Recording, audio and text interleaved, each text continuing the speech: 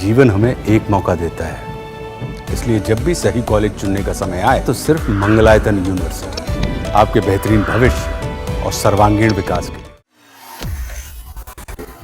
Yet another air scare, this time involving an Air India flight from San Francisco to Mumbai. Passengers on board Flight AI180 were jolted awake not by turbulence but by an announcement that they were to immediately disembark during a scheduled halt in Kolkata. Technical snag in the aircraft's left engine forced the airline to deboard everyone around 5:20 a.m.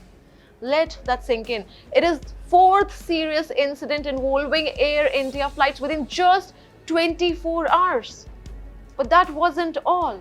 An Air India flight scheduled to depart from London from Ahmedabad was cancelled on Tuesday due to technical issues. The Air India flight AI159 had arrived from New Delhi to Ahmedabad and was scheduled to take off to London. Earlier, a Delhi-bound Air India flight had to turn back mid-air after taking off from Hong Kong. The Boeing 787 Dreamliner flight AI315 reported a suspected technical fault shortly after departure. Thankfully, it returned safely. All passengers are safe and the aircraft is now under inspection.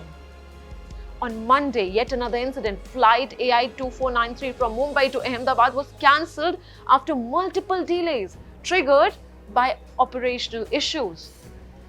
That's 4 major incidents in barely 24 hours. And all this comes in the shadow of Ahmedabad plane crash, a tragedy that claimed 241 lives, a disaster that shook not just the aviation sector, but the entire nation.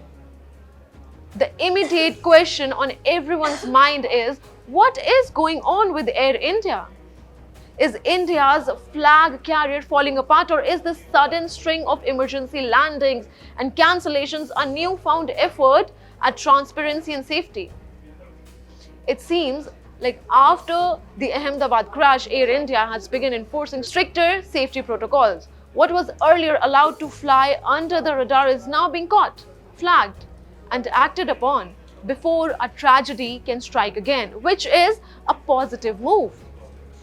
In some ways, this might be reassuring, but it also opens up a troubling reality. How many of these issues existed before but went undetected or unreported? How long have passengers been flying on aircrafts that might not have been entirely flight ready? It is not just about technical faults, it is about trust as well. Thousands board flights every day trusting that the airline has done its job, that every screw, every wire, every engine has been double checked by the airline.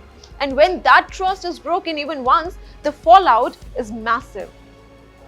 Yes, it is a good sign that Air India is choosing to ground aircrafts, cancel flights and deplane passengers if there's slightest doubt. But the airline and regulators must ask, why now? Why only after 241 lives were lost? The skies may be clearer today, but the reputation of India's national carrier has taken serious turbulence. And it may take more than just safety checks to land that trust safely again.